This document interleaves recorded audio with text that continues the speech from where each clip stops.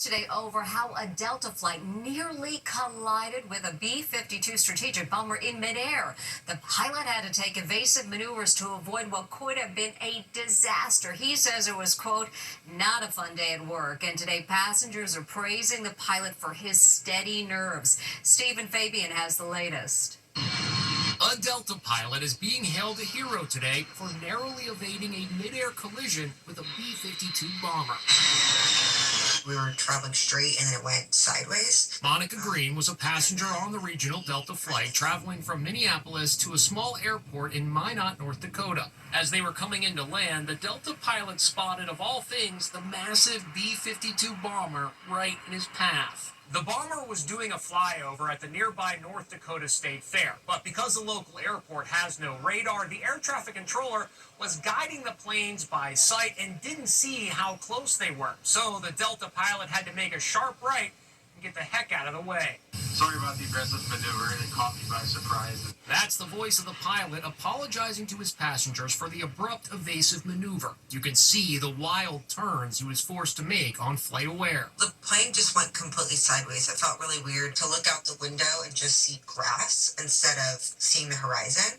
Like you're just literally just facing the ground. It was pretty weird. When they landed, the hero pilot explained what happened.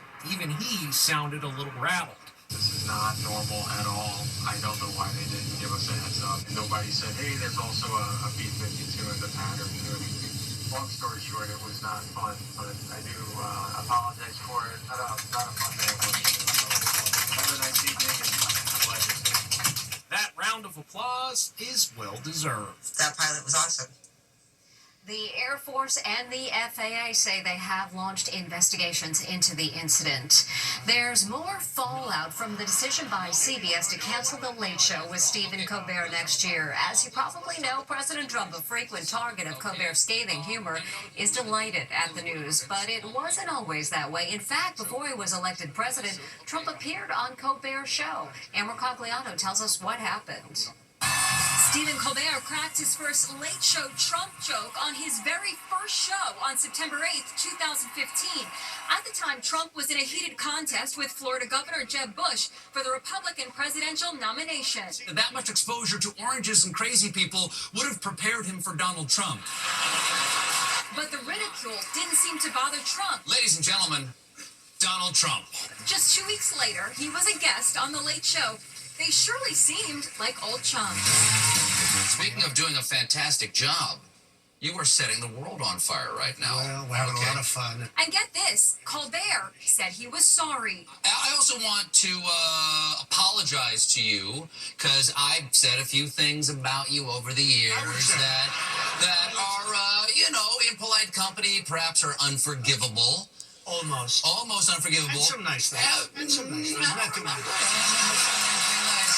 I hope you'll accept my apology. In the early days of the relationship between Donald Trump and Stephen Colbert, it was a lot less contentious. But then again, I think that was the case with everyone. That was mostly pre the presidency of Donald Trump. Trump also appeared on all the late-night talk shows that he says he now hates. Go ahead. Remember when he allowed The Tonight Show's Jimmy Fallon to ruffle his hair?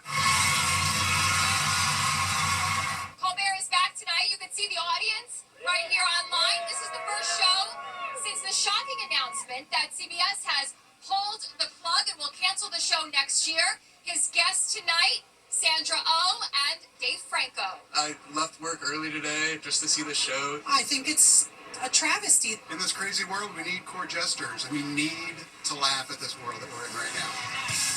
CBS says the cancellation of Colbert's show was purely a financial decision and it had nothing to do with the show's content or performance. A fourth-grade teacher wept. The shocking deaths of 3 sheriff's detectives in an explosion last week in L.A. is sending shockwaves through law enforcement. And it's also throwing the spotlight on a problem that you may not be aware of. Long-forgotten hand grenades from the military stored in garages across the USA. Jim Murray has more.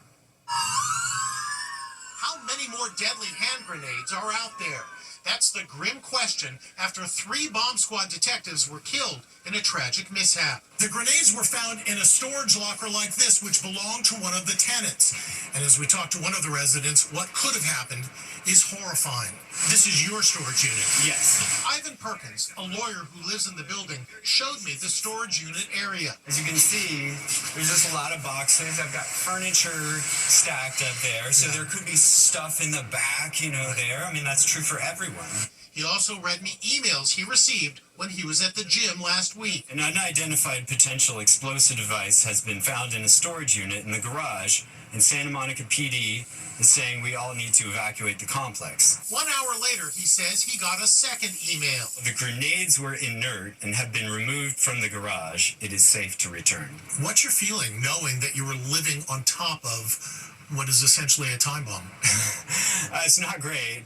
I mean, my main concern is just, have we done a complete thorough search? So here you see a grenade's explosive power. Marine Corps veteran Hal Kempfer is an expert in munitions. The thing with explosives is over time they can degrade, and particularly the fuses. I have first-hand knowledge of the Sheriff facility where the blast happened. Several years back, I put on the protective gear that bomb squad officers wear. The suit weighs 80 pounds. Just walking in this is an ordeal. I can feel my head wants to fall forward because of the weight of the helmet. Now a mystery explosion has taken 3 lives, leaving many people to wonder how many more grenades are out there. The 3 detectives who lost their lives in the LA explosion left behind 16 children among them. So sad. It's Shark Week on the Discovery Channel, and it comes at a perfect time since this is definitely shaping up to be the summer of the shark. Would you know what to do if you came face to face with a shark on the attack? Well, this guy does. Hold your breath. You're about to witness a shark going on the attack. Don't worry, it's a fake leg.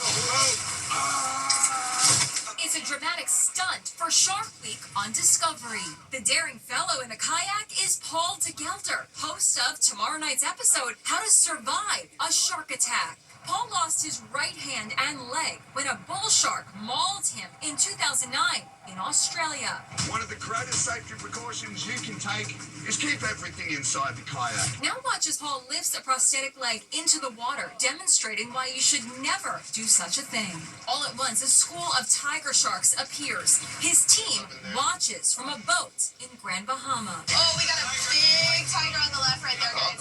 They swarm in a feeding frenzy. Suddenly, one shark rips off the prosthetic leg, releasing synthetic blood in the water. Oh my God! A shark just ripped off Paul's prosthetic limb. How do you stay prepared just in case you get bit by a shark? If you're concerned about shark bite, shark attack, make sure you're swimming at a beach that's patrolled by the lifeguards. Don't wear jewelry. That's basically like wearing a fishing lure on your body. The sparkle looks like the reflection of fish scales. That's going to attract predators. Here, Paul and safety divers are underwater when a 16-foot tiger shark rips off a prosthetic arm. More fake blood gushes out. You need to form a wall around him now. What is the key to surviving a shark bite if you're alone? If you're alone and you're going into the ocean, make sure you take a tourniquet. Because if you do get bitten, that is literally going to save your life, stopping the bleeding. Shark Week continues all this week on Discovery. Still to come.